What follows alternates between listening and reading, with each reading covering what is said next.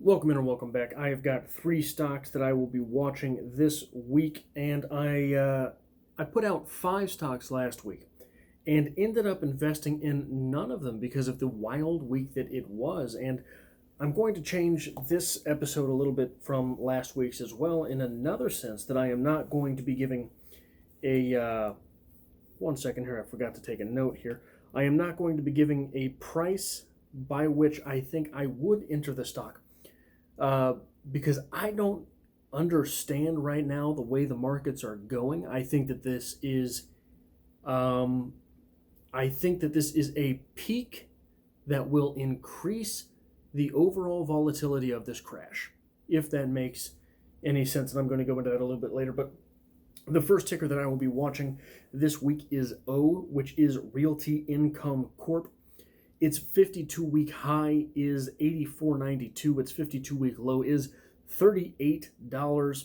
This is a stock that is currently trading around the $50 mark, and it gives a 23-cent monthly dividend because it is a REIT stock.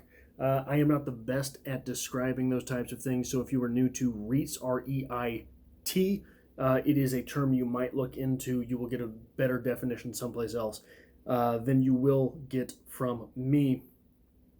But this is a stock that I've been looking to get into for quite some time, and it has paid one hefty price during this crash. Uh, the 52-week high was not all that long ago, and while it has rebounded about $12 back onto the stock price, it is still one hell of a deal at that price, I think.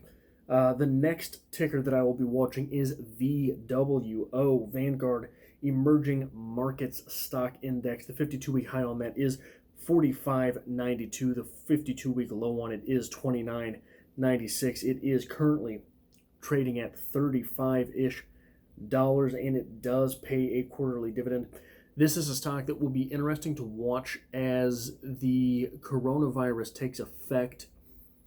And so India has not really seen the ravaging that it is probably going to see from this outbreak. And I believe that India is one of the countries which is very heavily factored into the Vanguard Emerging Markets Stock Index. This is not to say that I am trying to take advantage of something like that. There's going to be a lot of bad in the future in India if this virus takes hold there in the way that it has in places like Italy or China, who's not being honest with their numbers. The population in India, the population concentration in India, that is something that is going to bring pain. Um, so I think that I think that there are opportunities in this crash that are flash crash opportunities, and there will be opportunities in this crash that are going to be hanging around for a while. I think Disney is a stock which has crashed that will be down for a while because of all of the revenue streams which that company is losing and will have lost.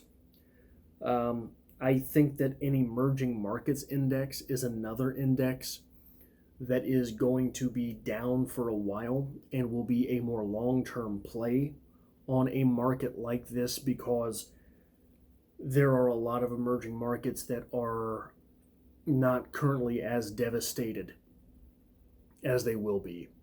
The third stock that I am watching is ticker T, which is AT&T. The 52-week high on this is 39.70. The 52-week low is 26.08. This pays a 51-cent quarterly dividend, which I think is probably in danger. But this is a stock which is currently trading in and around the $30 mark. So it is closer to the 52-week lows, which are more recent than the 52-week highs. But it is a company that it has a strong future ahead of it, I believe, and it is a company that has many alternative revenue streams which will be coming. So I am not going to name prices at which I would jump into these stocks this week. And again, do not take this as investing advice. But one of the reasons that I'm not going to do that is that this stock market, these last week, surprised the hell out of me with the momentum, the positive momentum in some of these stocks, and generally the markets as a whole. But this week is starting off in much the same fashion, and I don't understand it. I think that there is a lot more long-term pain in store than is currently.